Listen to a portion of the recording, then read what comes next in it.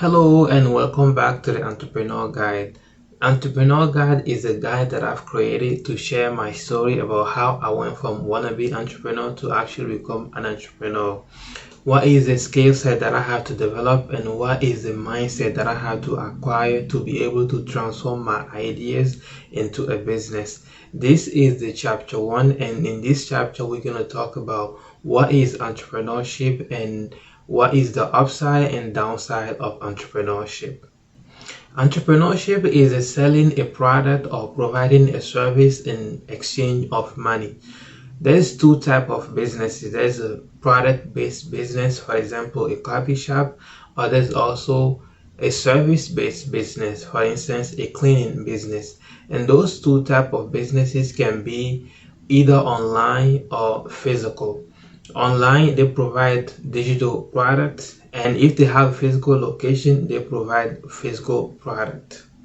Entrepreneurship can be very fun if things work out for you the way you want it, but at the same time, it can be very painful if things don't work out for you. So, in this chapter, we're going to talk about what's the upside and downside of entrepreneurship.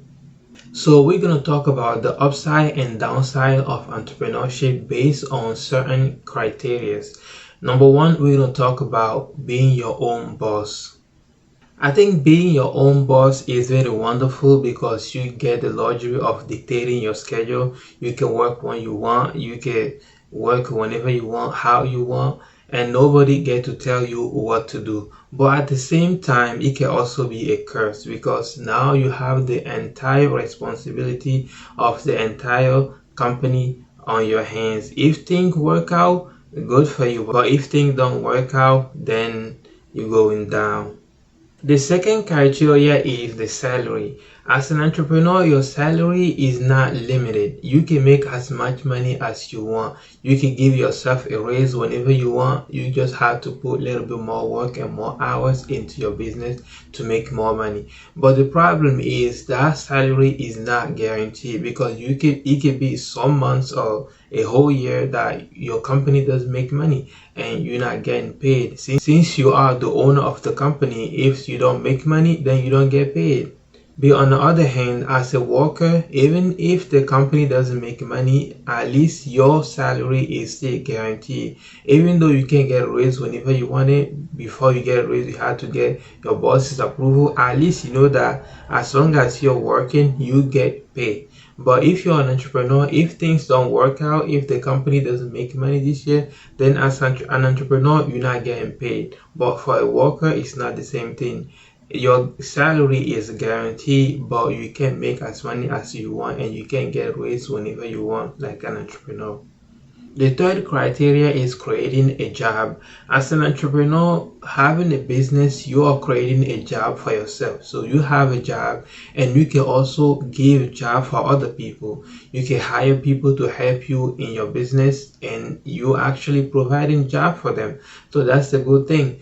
And you can also leave your business for your kid or your grandkids one day if you don't want to work anymore or if you leave this earth. On the other hand, as a worker, you don't get that luxury of hiring people or leaving your business to your kid or your grandkid. Once you leave the job, you leave the job. That's it. You can take the job with you.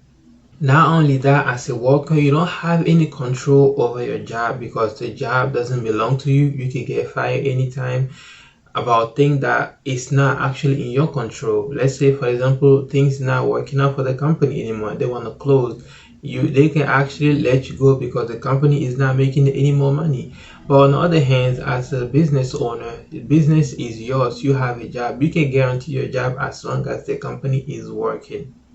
The fourth criteria we're going to focus on is creativity. As an entrepreneur, you have the freedom to bring your creativity to the table. If you have ideas you want to bring into your business, you can use it with no problem. On the other hand, if you're a worker, even if you have the best idea in the world, if your boss doesn't approve your idea, you cannot use it. You can have a good idea. You can have something that will make the business progress better. But if your boss say no, you cannot use it. But as an entrepreneur, you have that freedom. Whatever you think is going to help your business grow faster or do better, you can bring it to the table to help your business, no problem. As you can see, there's no right path or wrong path to do this. If you like being an entrepreneur, then go ahead, be an entrepreneur. If you like being a worker, then go ahead and be a worker. You just have to know yourself. You just have to know the risk involved for being an entrepreneur and the risk involved being an employee and the advantage of both of them. So you can't say that being a worker is a bad thing or being an entrepreneur is a good thing.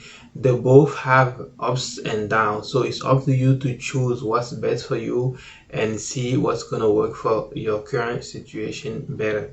At the same time, you can be both. You don't have to choose one of them. So you can be a worker but work on your business on the side, and if you want, you can slowly transition from being a worker to an entrepreneur, or you can keep both and do them forever. So it's all up to you, whatever you want to run your life and what's working for you. So I think that will be it for this chapter 1. I will see you in the chapter 2. But before I let you go, I will leave you with the question of the day. What do you like most about entrepreneurship, and what are you most scared of in entrepreneurship? I will see you in the chapter 2 to talk about the mentality and the qualities that I think you should have as an entrepreneur to be able to succeed. I will see you in the chapter 2. Bye bye.